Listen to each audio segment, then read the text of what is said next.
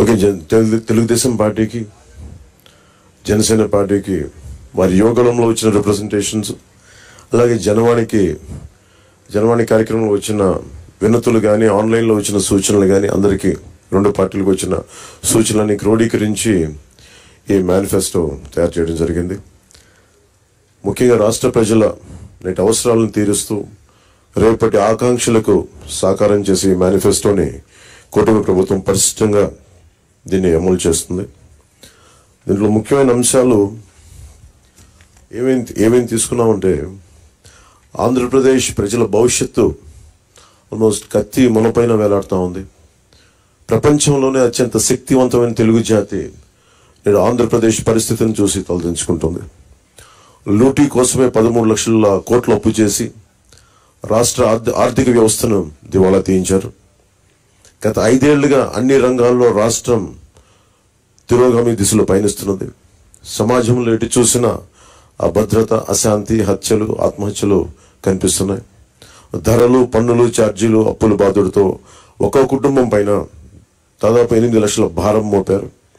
10 రూపాయలు ఇచ్చి 100 రూపాయలు కొట్టేస్తూ పొద్దున్నే పథకం కింద డబ్బులు ఇచ్చి సాయంత్రం సారా కింద పట్టుకెళ్లిపోయే ఈ ప్రభుత్వం చేస్తా ఉన్నారు.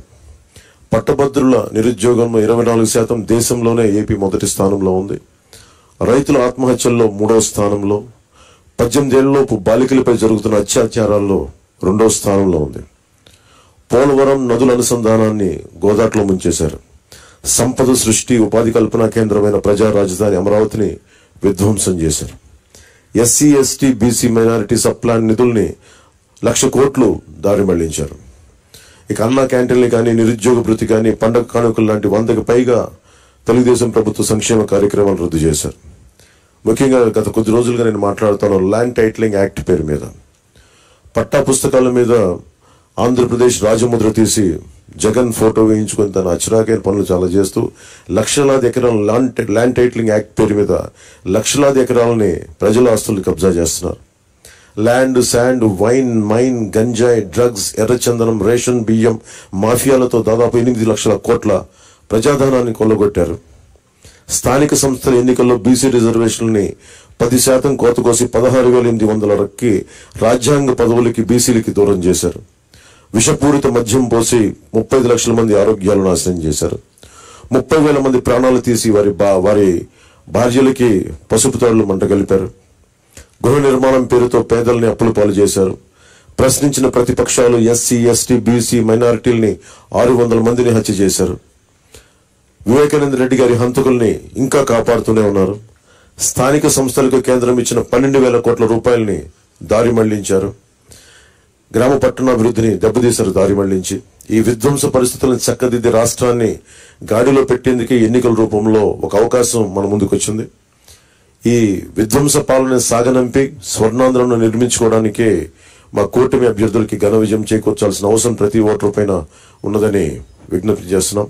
తెలుగుదేశం పార్టీ చేసిన సూపర్ 6, అలాగే జనసేన ప్రతిపాదించిన షణ్ముఖ వ్యూహం, ఈ మూడిటితో కలిపి ముందుగా మేము 12తో ప్రారంభించి ఈరోజు సంపూర్ణంగా అన్ని ఎస్సీ, ఎస్టీ, అన్ని రకాల వర్గాలకి, ముస్లిం మైనారిటీలకి, క్రిస్టియన్లకి, అన్ని సంఘాల వాళ్ళకి, అన్ని రంగాల వాళ్ళకి చాలా సమగ్రంగా ఏర్పడిన కూటమి ఇది మన ఈ మేనిఫెస్టో. ఇది ముఖ్యంగా దీంట్లో నేను మీ దృష్టికి తీసుకొచ్చేది యువతకి 20 లక్షల ఉద్యోగాలు ఈ 5 సంవత్సరాల్లో, అలాగే నెలకి మనకి 3,000 రూపాయలు నిరుద్యోగ భృతి, స్కూల్కి వెళ్లే ప్రతి విద్యార్థికి ఏడాదికి 15,000 రూపాయలు, ప్రతి రైతుకి ఏటా 20,000 ఆర్థిక సాయం, ప్రతి మహిళకి నెలకి 1,500 రూపాయలు, 19 సంవత్సరాల నుంచి 59 సంవత్సరాల వరకు, ప్రతి ఇంటికి ఏడాదికి ఉచితంగా 3 గ్యాస్ సిలిండర్లు, మహిళలకి ఉచిత బస్సు ప్రయాణం. మత్స్యకారులకు సంబంధించి సముద్ర వేట విరామ సమయంలో మత్స్యకారులకు 20,000 రూపాయల ఆర్థిక సాయం. జీవో2 2017ని రద్దు చేస్తాం. బోట్ల మరమ్మతులకు కానీ, ఆధునిక కమ్యూనికేషన్లకు కానీ ఆర్థిక సాయం అందిస్తాం. ముఖ్యంగా ఆర్యవైశ్య సంక్షేమానికి, ఆర్యవైశ్య కార్పొరేషన్ కి తగు మేరకు నిధులు కేటాయింపు, చిరు వ్యాపారాలకు వడ్డీ లేని రుణాల సౌలభ్యం, స్వేచ్ఛాయుత వాతావరణంలో వ్యాపార నిర్వహణకు పటిష్ట చర్యలు. ముఖ్యంగా కన్యకా పరమేశ్వరి అమ్మవారి ఆత్మార్పణ దినోత్సవాన్ని అధికారిక కార్యక్రమంగా చేపడతాం. ఆక్వా రంగానికి సంబంధించి అవసరం ఉన్న జిల్లాల్లో 5,000 టన్నుల నిల్వ సామర్థ్యం కలిగిన కోల్డ్ స్టోరేజ్లు అన్ని జోన్లో ఉన్న వారికి విద్యుత్ యూనిట్కి గతంలోలాగే ₹50 సరఫరా చేస్తాం. ట్రాన్స్ఫార్మర్ల ధర తగ్గిస్తాం. ఏవియేటర్లపై సబ్సిడీ అందిస్తాం. ఏ ఇసుక కోసం అయితే దోపిడీ చేసిందో జేపీ వెంచర్స్, దానికి ప్రజల నుంచి దాదాపు 39 మంది పైగా భవన నిర్మాణ కార్మికులు చనిపోయారు.